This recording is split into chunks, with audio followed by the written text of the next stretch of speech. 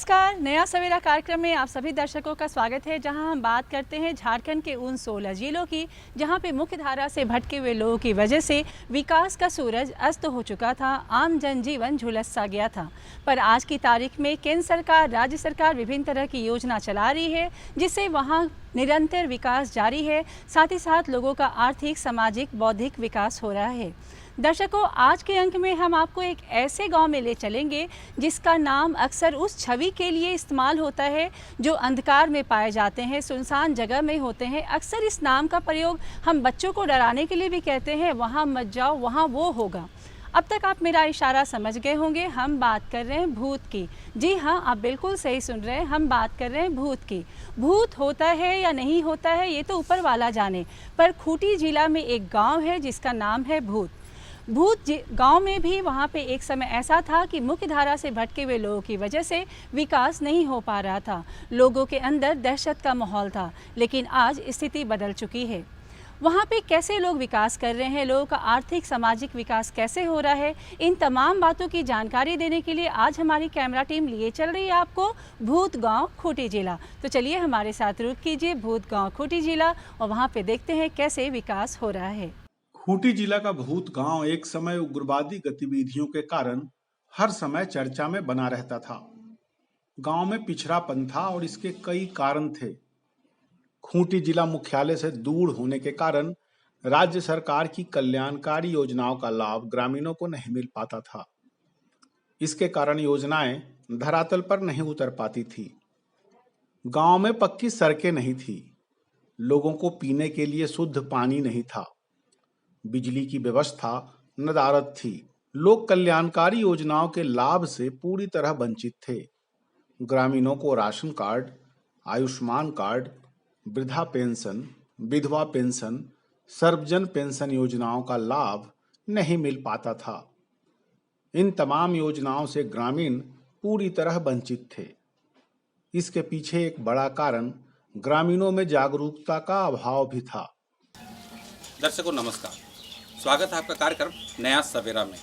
आज के अंक में हम खूंटी जिला के भूत गांव आ पहुंचे हैं। भूत गांव कभी नक्सल प्रभावी हुआ करता था, लेकिन सरकारी नीति और पुलिस के इंटरवेंशन के बाद यह नक्सल मुक्त हो गया है, जिसके बाद यहाँ विकास की धारा बह रही है। लोगों का जीवन पहले से बेहतर हो गया है, लोगों को रोजगार मिल रहा है, सड़क, बिजली, पानी सबकी सुविधा लोगों को मिल रही है। तो आइए यहाँ के ग्रामीणों से मिलते हैं और जानते हैं किस प्रकार वो विकास की ओर अग्रसर हो रहे हैं और उनका जीवन अच्छा होता चला जा रहा है। तो आइए लेते हैं यहाँ के ग्रामीणों से जानकारी। 2004, 5, 6 आपका इधर बहुत नक्सली प्रभावित होता था। इधर हम लोग को रोड में आना जाना, बाजार गांव में भी शाम होते ही अपना अपना दरवाजा पर हम लोग बंद करके सो जाते थे सर।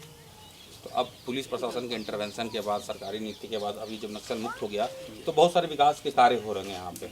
तो उसमें विकास के कार्य में अगर हम बात करें तो सड़क की क्या सुविधा हुई, पहले से क्या बेहतर हो गया आपके गाँव? अभी सड़क तो सब तरफ हमारा हाईवे बन गया सर। इधर हमको हॉस्पिटल चाहे स्कूल चाहे बाजार के लिए हम लोग को कोई दिक्कत नहीं है सर। काफ़ी अच्छा रोड बना हुआ है सर। पहले सड़क जो व्यवस्था थी पहले से अच्छी हो गई है, कहीं भी आने जाने में अब दिक्कत नहीं है। हाँ, पहले कच्ची सड़क थी सर, झूठ झाड़ था, अभी एकदम पूरा साफ है सर। बड़ा चौड़ीकरण रोड बन गया सर। बारिश के समय में भी दिक्कत होती होगी कच्ची सड़क में? हाँ, अब तो कच्ची सड़क है ही नहीं सर, सिर्फ पक्की सड़क है अभी। बिजली यहाँ सर पूरा गांव में, अभी हर गांव में बिजली का सुविधा है सर। पहले बिजली नहीं रहने से हम लोग जैसे मिट्टी तेल का डिब्बी वगैरह से हम लोग जलाते थे सर। वही सब बात नहीं, बच्चों पढ़ाई लिखाई चाहे टीवी मोबाइल वगैरह यहाँ भी अब बहुत सुविधा हो गया सर। इसलिए बिजली आती आवश्यक हो गया सर। अभी एनी टाइम उपलब्ध रहता है सर। पानी सर यहाँ पहले थोड़ा दिक्कत होती थी, लेकिन अभी जगह जगह चापाकल है, फिर जल नल योजना पूरा पंचायत में अभी बड़ा बड़ा टंकी बन रहा है सर। 16,000 लीटर का, 8,000 लीटर का, फिर कुआँ भी है, इसलिए अभी पानी का भी दिक्कत नहीं है सर। पानी की भी दिक्कत है, पानी की भी सुविधा पहले से अच्छी है सर, बहुत अच्छी है सर, बहुत अच्छी। यहाँ पर सर स्कूल भी हम लोग का काफ़ी अच्छा है सर। यहाँ हमारे गांव में एक मिडिल स्कूल है जो आपका 1 से आप 8वीं क्लास तक पढ़ाई होता है सर। मेला माने आपका सब माने 5 कमरा में स्मार्ट क्लास चलता है सर। यहाँ 5 क्लास में स्मार्ट क्लास चलता है। पढ़ाई लिखे बहुत अच्छा है सर। यहाँ भी पूरा हमको सैनिक संस्था वगैरह, फिर अपना कुछ मुखिया फंड से हम लोग दे के स्कूल में सारा व्यवस्था सुविधा बहुत अच्छा है सर। मुख्य धारा से कटने के बाद ये पुलिस के साथ मुठभेड़ करने लगे। इन मुठभेड़ों में कईयों की जानें गई, निर्दोष लोगों का खून बहने लगा। इसकी चपेट में ग्रामीणों से लेकर प्रशासनिक कर्मी और अधिकारी एवं पुलिसकर्मी तक आए। लेकिन कहते हैं ना कि बुराई ज्यादा दिनों तक नहीं टिकती और इसका अंत होता है। यह कहावत खूंटी में भी चरितार्थ हुई। राज्य सरकार ने भटके हुए युवाओं को मुख्य धारा में वापस लाने के लिए आत्मसमर्पण नीति की घोषणा की। इसके तहत बेहतर पुनर्वास का प्रावधान था। सरकार ने आत्मसमर्पण नीति के अंतर्गत चलाई जाने वाली नई दिशा एक नई पहल योजना के अंतर्गत खूंटी जिला के वैसे सुदूरवर्ती गांवों को चिन्हित किया जो मुख्य धारा से भटक चुके थे और जहां के ग्रामीण पलायन कर चुके थे। का धान कुछ और होता था, अभी का धान कुछ है। अभी का जो धान होता है कि अब बाहर का धान हो गया कि बहुत ज़्यादातर फायदा भी हो रहा है। पहले का धान से आजकल हमारे इधर अभी नहीं है, वो खेती नहीं हो रहा, लाल वाला सफेद वाला होता था। अभी तरह तरह का सरकार मतलब दे रहा है कि ये खेती करो, ये खेती करो, तो कुछ लाभ हो रहा है खेती में। पहले से ज्यादा मतलब कुछ लाभ बढ़ा है आपको, तो इसके पीछे जाहिर सी बात है कि खेती का तरीका, चाहे वैज्ञानिक खेती का तरीका हो, सिंचाई, वो उसी से बढ़ता है लाभ। तो अब क्या क्या सुविधा हो खेती करने में पहले और सिंचाई में? पहले क्या कैसे सिंचाई होती थी और अब क्या जो विकास हो रहा है गाँव में, तो अब सिंचाई की क्या व्यवस्था है आपके गाँव में? बस यही सरकार से निवेदन है कि सही टाइम में खाद मिले, सही टाइम में बीज मिले, और ये होना है कि बारिश जल्दी अच्छा हो। ये तो आपने बता दिया कि सही टाइम पे आपको खाद मिले, सही टाइम पे आपको बीज मिले, और उसके आपने कहा कि बारिश अच्छा हो, लेकिन उसके अलावा भी बहुत सारे सिंचाई के उपकरण है, टूलू पंप वगैरह है, नल, तो वो सब की सुविधा आपके गाँव में मिली है, आई है? टूलू पंप तो मिला है, पर फिलहाल अभी तो गाँव में जो अपना टंकी लग रहा है, तो ये काफ़ी अच्छा हुआ है पहले से कि गांव के लोग डाली जाते थे, कुएं जाते थे। फिर अभी सरकार ने ऐसे सुविधा की कि गांव सुविधा दी है, अच्छा है ये। तो इस पानी का टंकी है और जो भी है आपका, इन सब से पानी का टंकी है, इनसे आपकी सिंचाई के लिए आपको पानी मिल जा रहा है? नहीं, ये तो पीने के लिए, खेती के लिए तो अभी तक ऐसा इस गाँव में सिंचाई नहीं हुआ है। मतलब गाँव के आधार से है। जैसे किसी गाँव में प्लेन है तो वहाँ पानी का अच्छा है, जैसे हमारे यहाँ थोड़ा सा ऐसे है, तो पानी अभी पीने के लिए बहुत सुविधा है, घर घर मतलब नल दिया है। और मैं ये चाहूँगा कि हमारे गांव का मुखिया जैसा हर गांव में हो। हमारे यहाँ का मुखिया ऐसे है कि कुछ तो घर घर, आपने बताया कि घर घर आपको नल मिला है आपको, यानी पीने की सुविधा, पानी के पीने की बहुत अच्छी सुविधा हो गई है। अच्छा, पहले क्या दिक्कत होती, जब ये नल जो आपके घर घर लगा हुआ नहीं लगा हुआ था, तो पहले पानी की क्या, पीने के पानी की खासकर बात करें तो क्या क्या समस्या थी? पीने की पानी जब धूप की सीजन होता था तो हमारे यहाँ कुआं है, तो कुएं सूख जाता है, तो हमारे माँ बहनें दूर जाते थे, तो वहाँ से पानी ला के फिर बच्चे को स्कूल के लिए तैयार करना पड़ता था। शौचालय के लिए पानी नहीं था, तो अभी तो क्या है कि शौचालय है, सामने पानी है, तो बहुत सुविधा है। गांव भी साफ सुथरा हो गया है इस नल के कारण से। अच्छा, पहले पानी जो नल नहीं था, आपने चाहे कुआं सूख जाता था तो बाहर चलाते थे, कभी गंदा पानी आता था, उससे बीमारी का भी खतरा बना रहता था। हाँ, सबसे यही तो सरकार से यही तो किया है कि हर घर मतलब सिंचाई, मतलब जो बोरिंग वाला पानी से कम बीमार था। पहले क्या था, कुआं था, अभी कुएं में क्या कुछ गिर जाता है, क्या होता है, तो बीमार हो जाता है। ऐसे लोग जो हथियार उठाने के लिए मजबूर हो गए थे, उन गांवों को चिन्हित कर वहां जागरूकता कैंप लगाए गए और अभियान चलाकर इन्हें नक्सल मुक्त कराया गया। सरकार की योजनाओं को अंतिम व्यक्ति तक पहुंचाने के लिए जीतोड़ मेहनत की गई। इसमें सफलता भी मिली। सर्वप्रथम कच्ची सड़कों का पक्कीकरण किया गया, घर घर बिजली पहुंचाने की व्यवस्था की गई, स्वास्थ्य चिकित्सा बेहतर हो इसके लिए चिकित्सकों की मौजूदगी अस्पतालों में सुनिश्चित कराई गई, शिक्षा का प्रचार प्रसार किया गया, खेल के प्रति रुचि रखने वाले छात्रों के बीच खेल सामग्री का वितरण किया गया, शुद्ध पेयजल के लिए कुआं, चापाकल और पानी टंकी की व्यवस्था की गई। जिन किसानों के पास खेत था उसके लिए कृषि विशेषज्ञों के सहयोग से खेती बाड़ी के लिए उत्तम बीज उपलब्ध कराया गया, सिंचाई की व्यवस्था भी कराई गई। यहाँ प्राइमरी नहीं, प्राइमरी से मिडिल हो गया है। मिडिल, प्राइमरी से मिडिल। हाँ, तो मिडिल स्कूल जो है आपके गांव में, उसमें क्या क्या सुविधा है बच्चों के लिए? बच्चों के लिए वही मध्याह्न भोजन सब, और अभी तो पहले जैसे कि पहले मध्याह्न भोजन बराबर स्कूल में नहीं मिलता था, अब स्कूल में जो है मध्याह्न भोजन भी मिलता है, तो बच्चे खिचड़ी की वजह से भी जाते हैं और सही शिक्षा मिल रही है इसलिए भी जाते हैं। बस अभी तो स्मार्ट क्लास वगैरह लग गया है, पूरे क्लास में स्मार्ट क्लास लगा हुआ है, और ऊपर से कंप्यूटर के भी बेसिक जानकारी दी जाती है।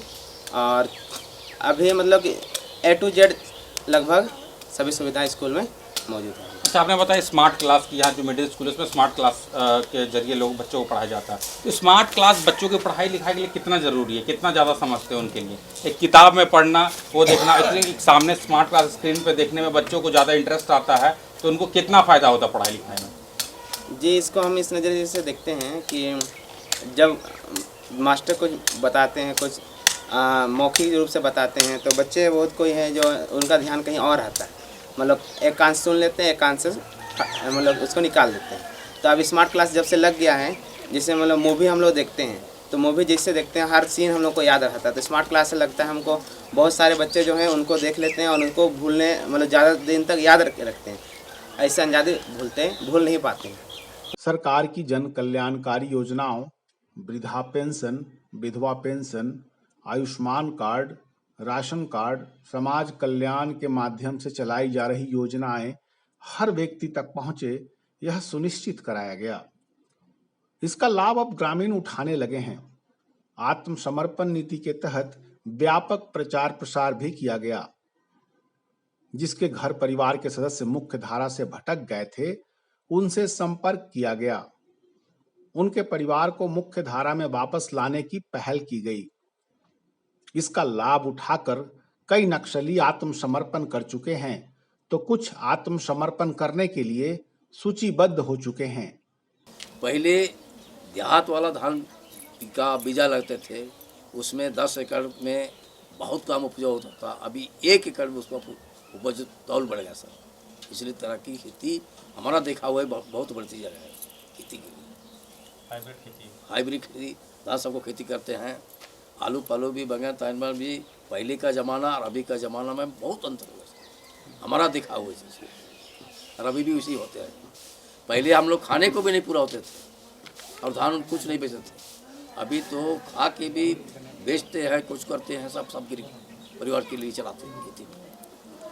अच्छा, खेती के लिए आजकल वैज्ञानिक तरीका भी इस्तेमाल कीजिए, मल्चिंग वगैरह, ड्रिप इरिगेशन, टपक प्रणाली वगैरह इस्तेमाल हो रहा है। तो क्या वो उसकी सुविधा भी आपके गांव में मिल रही है? मिल रहे हैं वो लोग है सर, किया वो लोग तरफ से लोग क्या बोलते हैं वो लोग, ये सब किसान की वाला था, हमको भी उस लोग जानकारी देता है, ये चीज़ ऐसा लगाओ उसका लगाओ करके, उस सबसे हम लोग जानकारी लेते हैं और उसी आधार से हम लोग खेती करते हैं।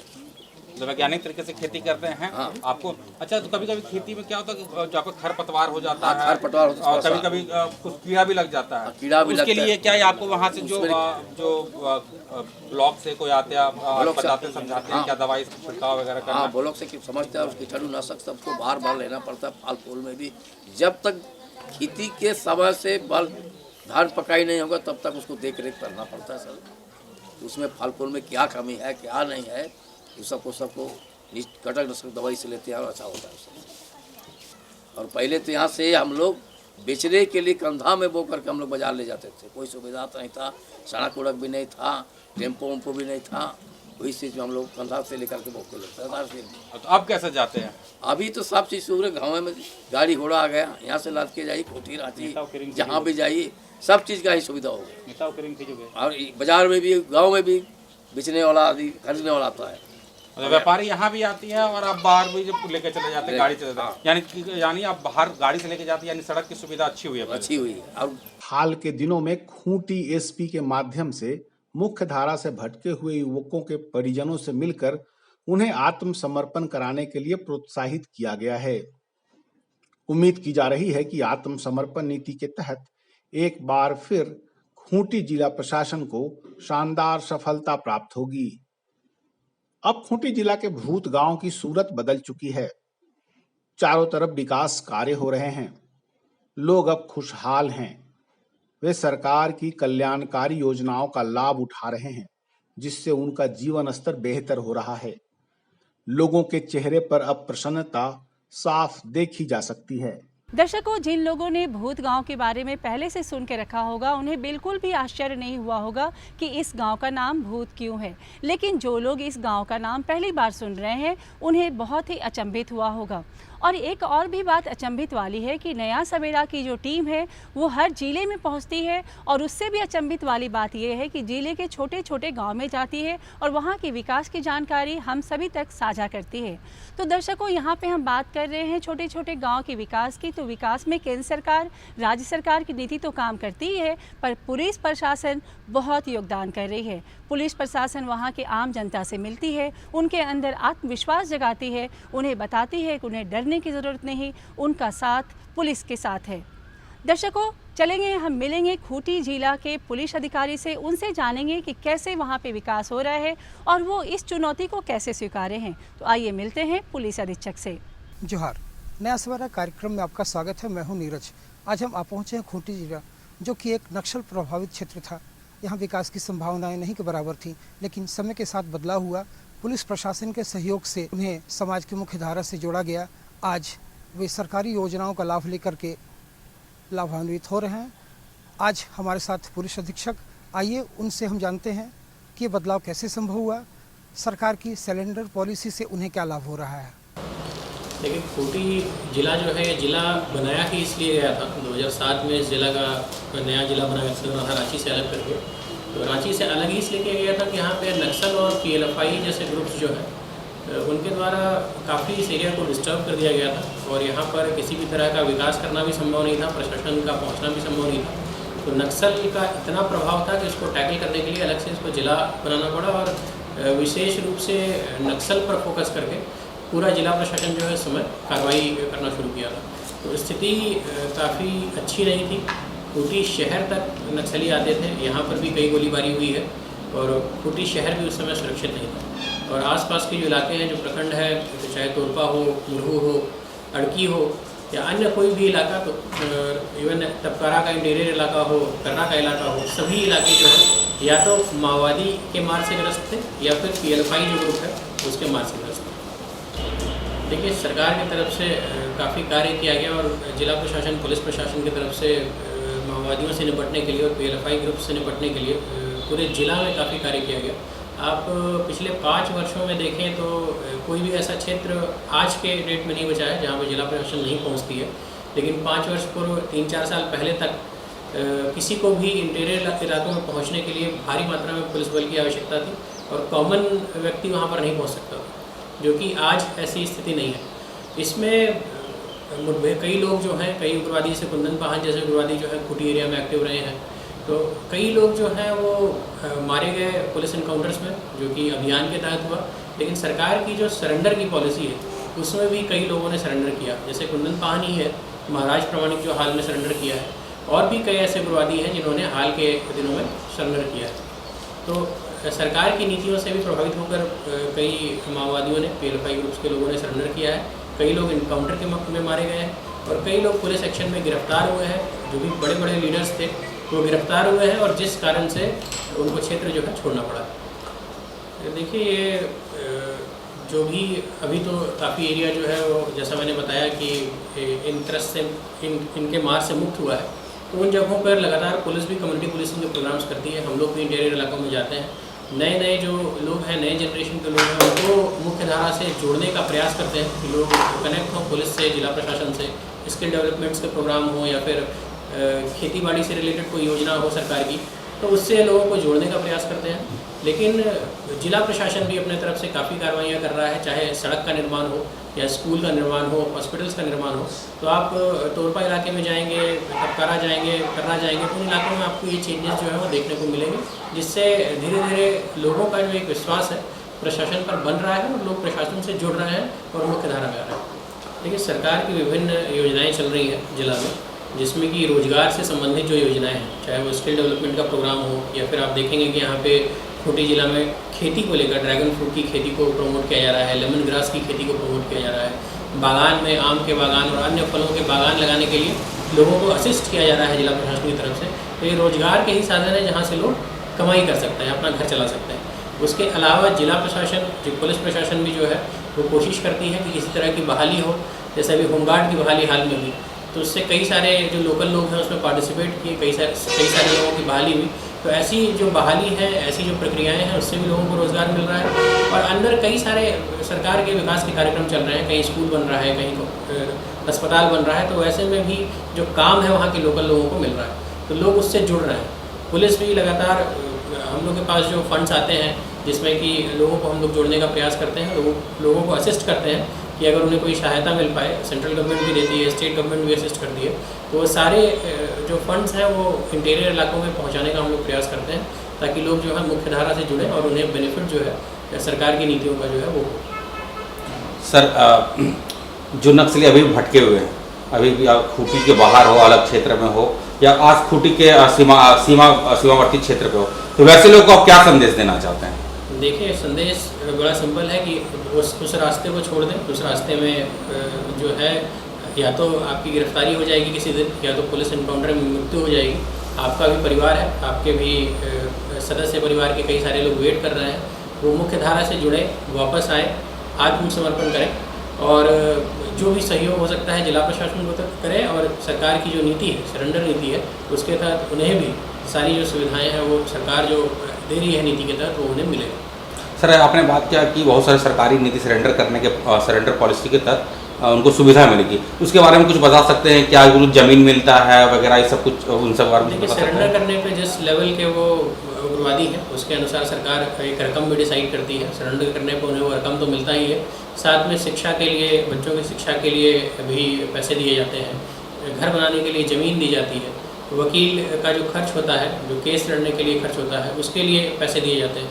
तो विभिन्न तरह की जो वो अपडेट भी होता है, सरकारी नीति वो अपडेट भी की जाती है। तो विभिन्न तरह के कार्यों के लिए, इवन रोजगार जनरेट करने के लिए उन्हें लोन वगैरह देने में भी असिस्ट किया जाता है। और अगर वो कुछ अपना रोजगार स्टार्ट करना चाहते हैं तो उसके लिए भी सरकार कुछ मदद करती है। तो इस तरह की तमाम मदद जो है वो सरेंडर जो नक्सली हैं उनको सरकार की तरफ से किया जाता है। सर, तो उसको ओवरऑल आप ये कह सकते हैं कि खूंटी अब नक्सल मुक्त होकर विकास की ओर अग्रसर है? देखिए, अब तो बिल्कुल अंतिम चरण पे, जो नक्सल परिप्रेक्ष्य में बात करें तो बिल्कुल अंतिम चरण पे है। जो भी थोड़ी बहुत गतिविधियां हैं उस पर लगातार हम लोग निगरानी रखते हैं, और तो ये नहीं कहा जा सकता कि कोई भी क्षेत्र आज विकास से मुक्त है। सभी जगहों पर विकास पहुंच सकता है, और प्रशासन की पहुंच आज के डेट में खूंटी के हर एक कोने पर। दर्शकों, आज के अंक में हम आपको लेके गए भूत गांव खूंटी जिला। वक्त हो चला है कि हम आपसे इजाज़त लें और अगले अंक में मिले। तब तक के लिए हमारी नैतिक जिम्मेवारी बनती है कि अगर हमें ऐसा लगे कि किसी की मंशा मुख्य धारा से जुड़ने की है, और अगर गलती से हमारा आमना सामना मुख्य धारा से भटके हुए लोगों से हो जाए, तो उन्हें हम समझाने की कोशिश करें कि ये रास्ता गलत है, वो मुख्य धारा में जुड़ जाएं। अगले अंक में हम फिर मिलेंगे, लेकिन चलते चलते आपको फिर से एक बार याद दिलाएंगे कि कोविड-19 बीमारी से बचने के लिए एक ही मंत्र है, 2 गज दूरी, मास्क है ज़रूरी। और अगर आपने अपना टीकाकरण नहीं कराया है तो अपना टीकाकरण अवश्य कराएं। अगले अंक में फिर होगी अपनी मुलाकात कार्यक्रम नया सवेरा के साथ। तब तक के लिए हमारी पूरी टीम को दीजिए इजाज़त। नमस्कार।